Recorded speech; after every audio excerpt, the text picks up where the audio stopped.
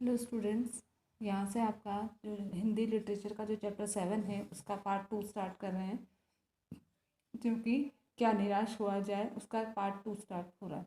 दोषों का पर्दाफाश करना बहुत बुरी बात नहीं है। बुराई यह मालूम होती है कि किसी के आचरण के गलत पक्ष को उद्घाटित करके उसमें रस लिया जाता है और दोषोद्घाटन को एकमात्र कर्तव्य मान लिया जाता है। कि हम ये नहीं कहते, इसमें लेखक ये कहते हैं, द्विवेदी जी कहते हैं कि यदि कोई व्यक्ति दोषी है, अगर कोई व्यक्ति दोषी है तो उसके जो गुण कमियां हैं उनको जनता के सामने लाना, उसकी जो बुराइयां हैं उसको जनता के सामने लाना कोई बुराई नहीं है। लेकिन अगर कोई व्यक्ति है ना, समाज में उसके जो दोष हैं उनको आप बताकर और फिर उसका आप आनंद लेते हो तो ये बात बिल्कुल अनुचित है। बुराई में रस लेना बुरी बात है, अच्छाई में उतना ही रस लेकर उजागर न करना और भी बुरी बात है। कि आप किसी के दोष दिखा रहे हो तो बहुत अच्छे अच्छे दोषों का तो आप प्रचार प्रसार कर रहे हो, है ना, आपने उसको अपना उद्देश्य बना लिया है, तो इसे तो हम शोभनीय नहीं कह सकते। लेकिन जब उसके जो गुण होते हैं उसको आप क्या करते हो, उसके जो गुण हैं, उसके किसी व्यक्ति की अच्छाइयों को आप जो है उसमें आप इंटरेस्ट लेकर उनको उजागर नहीं करते हो। सैकड़ों घटनाएं ऐसी घटती है जिन्हें उजागर करने से लोक चित्त में अच्छाई के प्रति अच्छी भावना जगती है। अच्छा, इससे क्या होता है कि कुछ ऐसी बहुत सारी जो होती है, ऐसी बहुत सारी घटनाएं होती हैं जिसको अगर समाज के सामने प्रशंसा की जाए तो जो अच्छी हो तो उनकी समाज के सामने प्रशंसा की जानी चाहिए। इससे लोगों के हृदय में अच्छाइयों के प्रति अच्छी भावनाएं जागती है और अच्छाइयों को सामने लोगों लाने से लोगों में जो निराशाएं की भावनाएं होती है वो दूर हो जाती है। एक बार रेलवे स्टेशन पर टिकट लेते हुए गलती से मैंने 10 के बजाय 100 रुपये का नोट दिया और मैं जल्दी जल्दी गाड़ी में आकर बैठ गया। थोड़ी देर में टिकट बाबू उन दिनों के सेकंड क्लास के डिब्बे में हर आदमी का चेहरा पहचानता हुआ उपस्थित हुआ।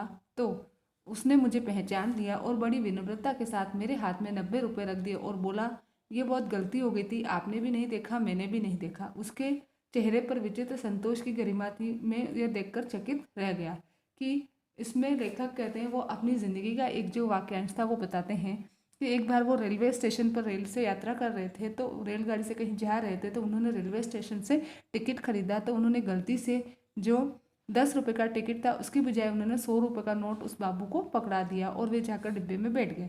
फिर उन्हें जो जिसने जो वो पैसे जो रुपए लिए थे 100 रुपये, उसे अपनी गलती का पता नहीं था। तो थोड़ी देर बाद में क्या हुआ, जो टिकट देने वाले जो बाबू था वो सेकंड क्लास के डिब्बे में आया और हर यात्री की जो चेहरा था उसको ध्यान से देखने लगा। फिर जब उसने लेखक को देखा तो वो लेखक को देखते ही पहचान गया और उसने बड़ी विनम्रता से जो बाकी के बचे जो 90 रुपये थे लेखक के हाथ में रख दिए और अपनी गलती के लिए उन्होंने क्षमा मांगी। उसने कहा कि वह बाकी के रुपए लौटाना भूल गया था, उससे गलती हो गई।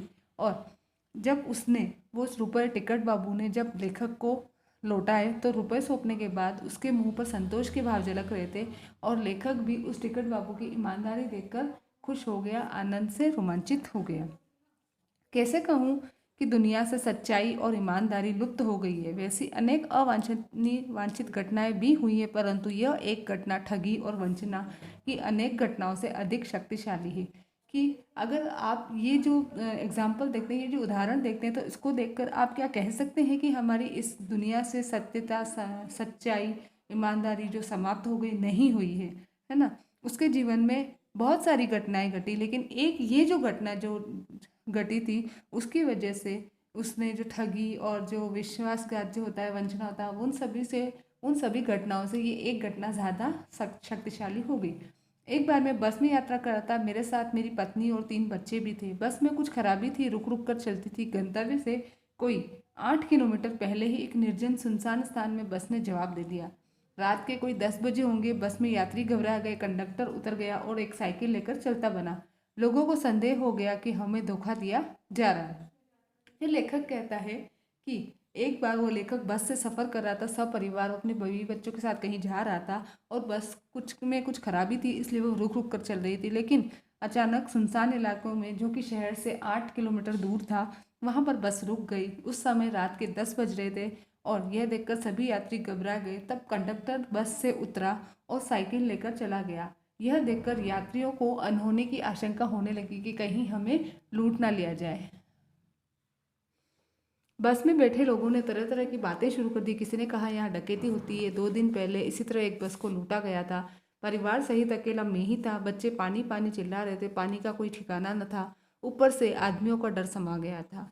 फिर बस में जो लोग बैठे हुए थे, जो यात्री बैठे हुए थे, तो वह वे लोग जो थे उन्होंने क्या किया कि अलग अलग तरह की बातें बनानी शुरू कर दी। उन्होंने लोग कहा कि आपस में बातें करने लगे कि यहाँ तो डकैती होती है, 2 दिन पहले भी ऐसे ही किसी बस को लूटा था।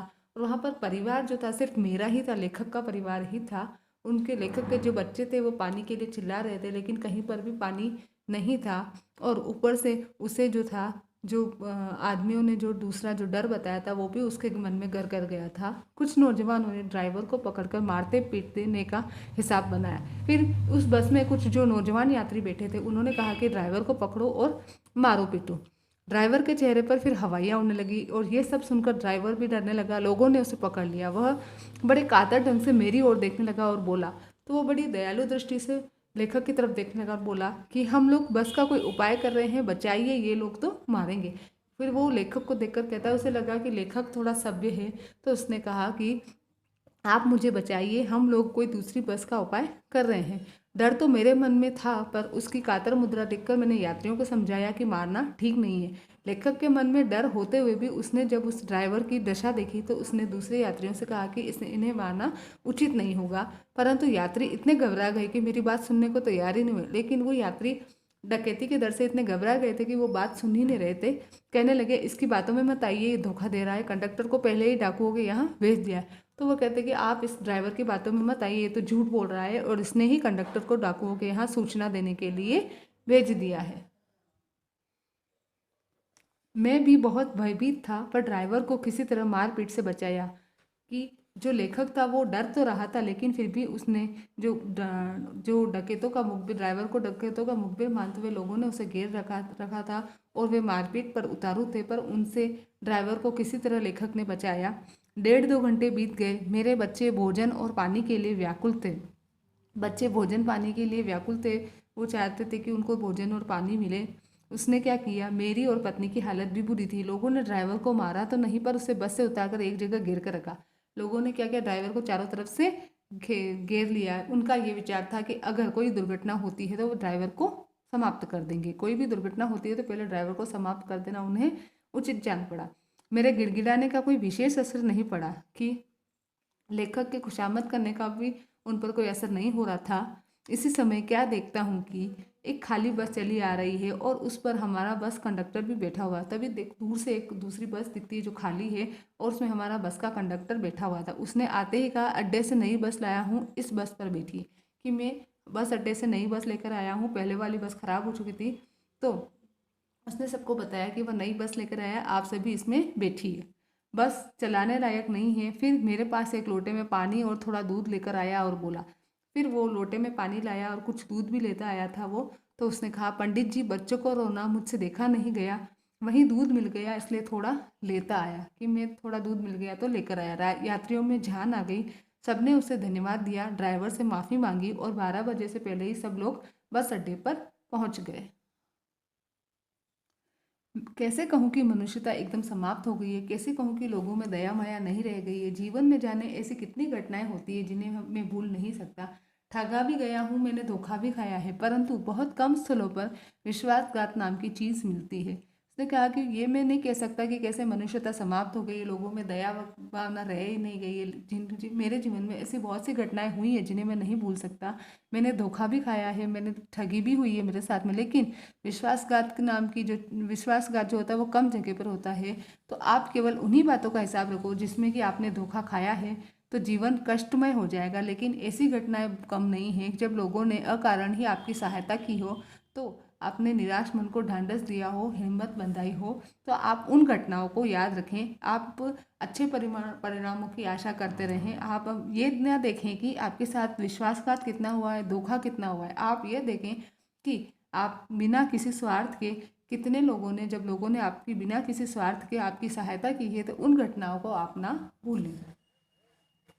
कविवर रविंद्रनाथ ठाकुर ने आपसे अपने प्रार्थना गीत में भगवान से प्रार्थना की थी कि संसार में केवल नुकसान ही उठाना पड़े, धोखा ही खाना पड़े, तो ऐसे अवसरों पर भी हे प्रभु, मुझे ऐसी शक्ति दो कि मैं तुम्हारे ऊपर संदेह ना करूं।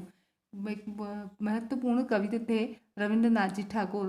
जो रविंद्रनाथ जी टैगोर हैं वही, तो उन्होंने एक प्रार्थना गीत लिखा था जिसमें उन्होंने भगवान से प्रार्थना की थी कि हे प्रभु, आप मुझे ऐसे अवसरों पर भी कि जब मुझे किसी से धोखा मिल रहा है, जब मेरा नुकसान हो रहा है, तब आप मुझे ऐसी शक्ति दें कि मैं आप में अपना विश्वास बनाए रख सकूं। मनुष्य की बनाई विधियां गलत नतीजे तक पहुंच रही है तो इन्हें बदलना होगा कि मनुष्य जो है, जो नियम बना रहा है, और यदि उसे हानि पहुंचा रहे हैं तो वो उन नियमों को बदल देना बुद्धिमानी होगी। वस्तुतः आए दिन इन्हें बदला भी जा रहा है, लेकिन अब भी आशा की ज्योति बुझी नहीं है। फिर भी देशवासियों ने जो है परिवर्तन की आशा नहीं छोड़ी है। महान भारतवर्ष को पाने की जो संभावना बनी हुई है वो बनी रहेगी कि लेखक को इस संभावना पर पूरा विश्वास है। उसने अपने मन को आश्वासन दिया है कि वह निराश न हो और फिर से अपने देश के जो प्राचीन स्वरूप है उसको हमारा देश प्राप्त करेगा। यहाँ पर आपका ये जो चैप्टर है वो ओवर होता है, चैप्टर आपका समाप्त होता है यहाँ पर।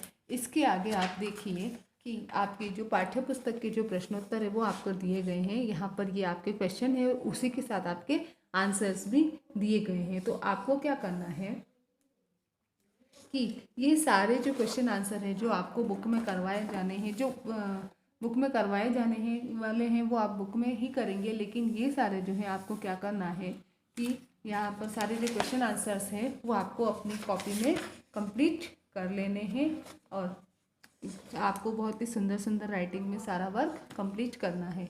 आपको पता है कि कौन कौन से जो हैं वो आपको कॉपी में करने होते हैं, अभी तक आप करते ही आ रहे हैं, तो इसलिए अलग से आपको बताने की ज़रूरत नहीं है। यहाँ पर ये आपका चैप्टर नंबर 7 ओवर होता है। Thank you, have a nice.